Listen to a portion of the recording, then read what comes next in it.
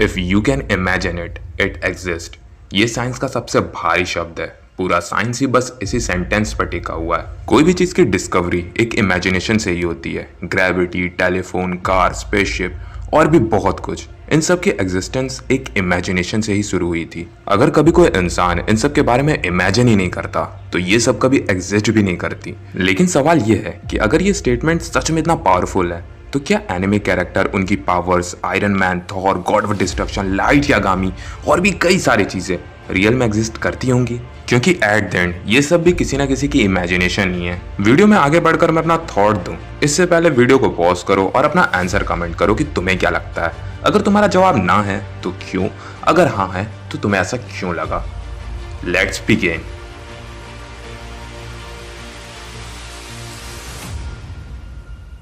जिस थियरी के बारे में मैं बात करने वाला हूँ उसके बारे में मुझे छोड़ो, बल्कि कई सारे साइंटिस्ट ने बात की है और उनमें से सबसे फेमस साइंटिस्ट थे स्टीफन हॉकिंग्स। और इस थियरी का नाम है मल्टीवर्स। शायद तुम मल्टीवर्स वर्ड से परिचित ना हो, लेकिन इस वर्ड से जरूर होगे।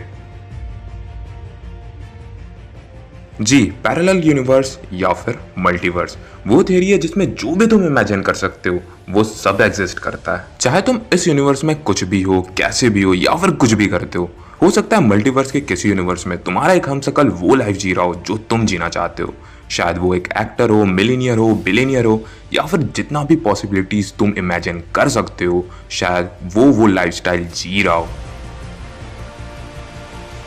इस मल्टीवर्स की थियरी को तुम Spider-Man into the Spider Verse में भी देख सकते हो, जहां पर स्पाइडरमैन के कई सारे हमशक्ल एक ही यूनिवर्स में आ गए थे।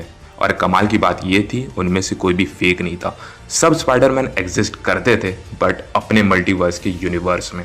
लेकिन मल्टीवर्स कहते किसे हैं? जब कई सारे यूनिवर्स एक साथ मिल जाते हैं तो उसे मल्टीवर्स कहते हैं। और हाँ, ऐसा भी मुमकिन है हमारे यूनिवर्स में मैजिक एग्जिस्ट ना करता हो लेकिन मल्टीवर्स के किसी दूसरे यूनिवर्स में मैजिक एग्जिस्ट करता हो।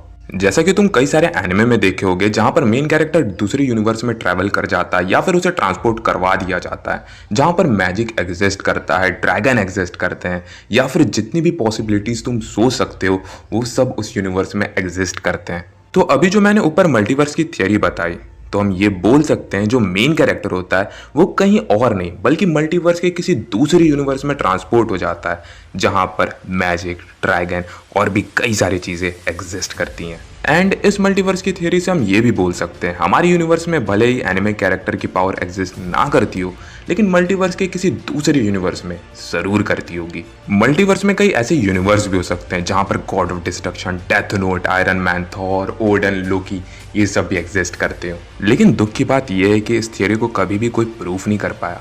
लेकिन साइंस की सबसे बेसिक लॉ ये है कि साइंस हमेशा ड्रॉबैक होती रहती है। एग्जाम्पल के लिए तुम्हें कोई ज्यादा दूर जाने की जरूरत नहीं है, बस तुम्हें अपने साइंस की 9th की बुक उठानी है। तुम 9th में कुछ थियरी पढ़े होगे जो तुम्हें लगता होगा कि ये प्रूफ है और इसे कोई ड्रॉबैक नहीं कर सकता, बट जैसे ही तुम 10th में जाते हो तुम पढ़ते हो भाई ये थियरी ड्रॉबैक हो चुकी है और वो वाला बंदा अपनी एक अलग सी थ्योरी दे दी है।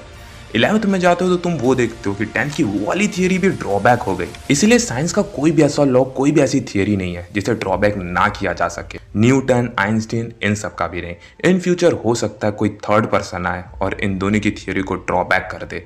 इसलिए साइंस कभी भी प्रूफ नहीं हो सकती। इसलिए हम मान सकते हैं कि पैरेलल वर्ल्ड या फिर मल्टीवर्स की थियरी भी एग्जिस्ट करती हो, मान सकते हैं भाई, पॉसिबिलिटीज हैं। तो तुम्हें क्या लगता है इस बारे में, मल्टीवर्स एग्जिस्ट करता होगा या फिर नहीं?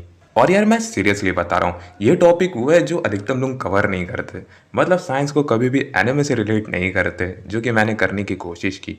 मेरे को व्यूज़ से घंटा फर्क नहीं पड़ता, बट तुम कमेंट करके बताओ ऐसी तुम्हें साइंस और एनिमे से रिलेटेड वीडियो चाहिए तो कमेंट करो। व्यूज़ से मेरे को कुछ फ़र्क नहीं पड़ता। अगर तुम कमेंट करोगे तुम्हें चाहिए तो मैं और टॉपिक ढूंढूंगा और उस पर वीडियो बनाऊंगा।